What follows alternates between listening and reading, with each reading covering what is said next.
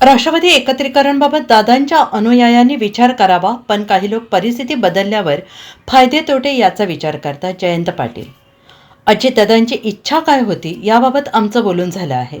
राष्ट्रवादी एकत्रीकरणाची चर्चा झाली, तेच राहिले नाही. त्यामुळे आता दादांच्या अनुयायांनी त्याबाबत विचार करावा असे विधान राष्ट्रवादी शरद पवार गटाचे आमदार जयंत पाटील यांनी केलं आहे.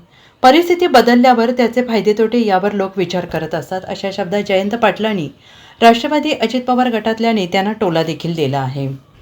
अजितदादांच्या विमान अपघातात रोहित पवारांनी केलेल्या आरोपावरून बोलताना जयंत पाटील म्हणाले, ब्लॅक बॉक्स जाणं अशक्य आहे. घड्याळ, मोबाईल सापडलं, त्यामुळे ब्लॅक बॉक्स जातो यावर कोणी विश्वास ठेवणार नाही, असं विधान देखील जयंत पाटील यांनी केलं आहे. ब्लॅक बॉक्स जाणं अशक्य आहे आणि त्यामध्ये घड्याळ, मोबाईल सगळ्या गोष्टी सापडल्या आणि त्यामुळं ब्लॅक बॉक्स जातो याच्यावर कोणीच विश्वास ठेवणार नाही.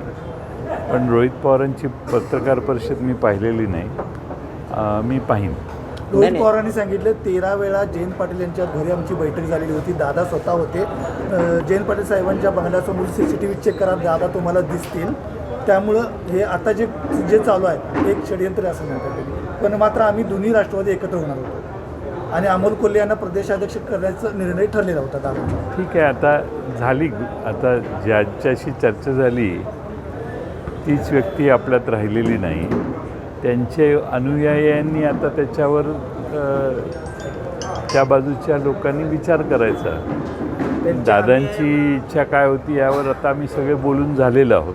आता परत त्याच विषयावर आम्ही बोलण्याची आवश्यकता आहे असं मला वाटत नाही. कारण दोन्ही राष्ट्रवादी एकत्र येऊन अमोल कोल्हे यांना अध्यक्ष, युवा म्हणून अध्यक्ष करायचं हे सगळ्यावर आता बोलणं झालेलं आहे ना. आता तोच विषय किती वेळा बोलायचं. ठीक आहे, दादांची तुमच्याबरोबर चर्चा झाली आहे की तुम्ही जेवढे सगळेजण सांगताय ते अनुयायी का मान्य करत नाहीत का? त्यांना यातलं काहीच माहीत नाही.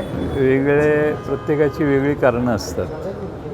परिस्थिती बदलल्यावर त्याचे फायदे तोटे या बाबतीत लोक विचार करत असतात. त्यामुळं आम्ही काय वस्तुस्थिती झाली ती सांगितली.